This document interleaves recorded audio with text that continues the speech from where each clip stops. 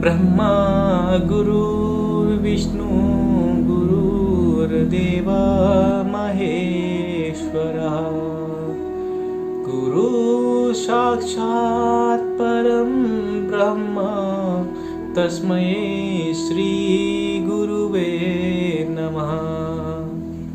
इंसान ने जन्म लिया धरती पर और फिर अपनी कौम बढ़ाई। कौम बढ़ाते बढ़ाते वो अलग अलग गुटों में बढ़ने लग गए, जिसको कहते हैं धर्म। अलग अलग धर्मों में वो बढ़ने लग गए। कोई हिंदू, कोई मुस्लिम, कोई सिख, कोई ईसाई बन गया। अब धर्म बने तो धर्म गुरु भी बने, जिन्होंने अपने अपने धर्म का रास्ता दिखाया लोगों को। उस धर्म में इंसानियत थी या नहीं थी, ये आप सब लोग जानते हैं। तो ऐसे ही कई धर्म हुए। हिंदू धर्म सबसे पुराना धर्म है, और साथ ही सिख धर्म। तो हिंदू धर्म और सिख धर्म पे जिस तरह के जुल्म ढाए गए, जिस तरह की उनको पीड़ाएं दी गई एक मुस्लिम धर्म अपनाने के लिए उस समय पे, यहाँ तक कि इतिहास भी बदला गया। आप सब लोगों ने इतिहास पढ़ा होगा, ये वंश वो वंश, कितने वंश आपको मुसलमानों के मिलेंगे। उसमें मुगलों के वंश मिलेंगे, लेकिन हिंदुओं के वंश नहीं मिलेंगे। हमेशा यही बताया गया कि हिंदू राजा कायर थे। पृथ्वीराज चौहान के वंश के बारे में आपको पता नहीं होगा, क्योंकि वो बताया ही नहीं गया, वो सारा दबाया गया है उस समय के मुगलों के द्वारा। तो इतिहास हमारे पास हिंदुओं का है ही नहीं, जो वंश के तौर पे जो है हम जाने। तो सच्चा गुरु ही सच्चा भगवान होता है, क्योंकि उसने हमेशा सत्य का ज्ञान दिया है लोगों को और सत्य का रास्ता दिखाया है। तो ऐसे ही गुरु की बात करते हैं आज, जिन्होंने अपने लोगों को सत्य का ज्ञान दिया, एक दूसरे की इंसानियत की भलाई करने का जो है उपदेश दिए। तो चलो आज बात करते हैं उन गुरुओं की। एक समय था जब मुगलों ने संपूर्ण भारत देश को अपना गुलाम बना दिया था लगभग। तो उस समय जो है सिखों के ऊपर भी किस तरह से जो है जुल्म ढाए गए मुगलों के द्वारा, वो देख सकते हैं आप इन तस्वीरों में। ये म्यूज़ियम में मैं आपको तस्वीरें दिखा रहा हूँ। यहाँ पे जो मूर्तियाँ बनी हुई है कि जो सिखों के बच्चे थे या बच्चियाँ थी, उनको इस तरह से भाले से फाड़ के चीर के जो है उनकी माताओं बहनों के सामने रख दिया था, क्योंकि सिखों को तो उन्होंने ख़त्म कर ही दिया था मार के। तो अब माताएं और बच्चे ही बचे थे। तो किस तरह से सिखों की माताओं बहनों को डराया गया था। मुगल एक मुसलमान धर्म अपनाने के लिए उनके बच्चों के टुकड़े टुकड़े करके जो है उनको डराया जाता था कि इस्लाम धर्म अपनाओ। और किसी मतलब एक दिन में लगभग 1.5 मन जो है आटा गेहूँ पीस लेती थी जो महिलाएं उनके कारागार में, मुगलों के कारागार में। फिर भी उनका दिल नहीं पसीजा।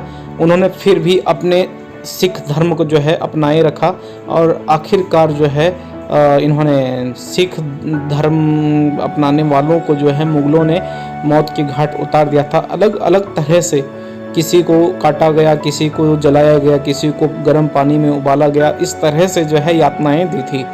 ये आप देख सकते हैं। आगे आप देखिए कि जो पीड़ाएं दी गई यहाँ पर, जैसे कोई सिख रहा होगा तो उनको जो है ऐसे इस तरह से बांध कर और रुई से बांध कर उन पर नीचे से जो है इस तरह से आग लगाई गई मुगलों के द्वारा। ये अत्याचार सारे उस समय मुगलों ने सिर्फ सिखों पर ही नहीं, हिंदुओं पर और जितने राष्ट्र में, जितने भी भारत देश में जितने लोग थे, सबको इस तरह से ये देखिए इस तरह से काटा गया था। दो तरफ से लगे हुए हैं, ऊपर सर से देख के जो है उनको सिखों को जो है बांध के काटा गया। सेम इसी तरह से हिंदुओं के साथ भी किया गया था कि हमारा मुसलमान धर्म अपनाओ। उनका एक ही उद्देश्य था कि पूरी दुनिया में सिर्फ और सिर्फ जो है मुसलमान धर्म हो और कोई नहीं। ये इस तरह से गर्म पानी में सिखों को उबाला गया था, और ये किसी को इस तरह से बंदी बनाया गया था। और यहाँ पर ये देखिए, ये सिख धर्म के एक लड़का था, और इनको बोला गया था कि आप मुसलमान धर्म अपनाओ और हमारी बेटी से शादी करो। उनके ना मानने पे जो है इनको इस तरह से जो है इन 2 चक्कियों के बीच में पीसा गया था। इनकी स्टोरी आप ये देख सकते हैं। ये स्टोरी आप पीछे इनकी पढ़ सकते हैं कि क्यों इनको जो है 2 चक्कियों के बीच इस तरह से पीसा गया था। और जिस लड़की से ये प्यार करते थे वो मुसलमान थी, और उसी लड़की ने आदेश दिया था कि इसको चक्की के बीच जो है पीस दिया जाए।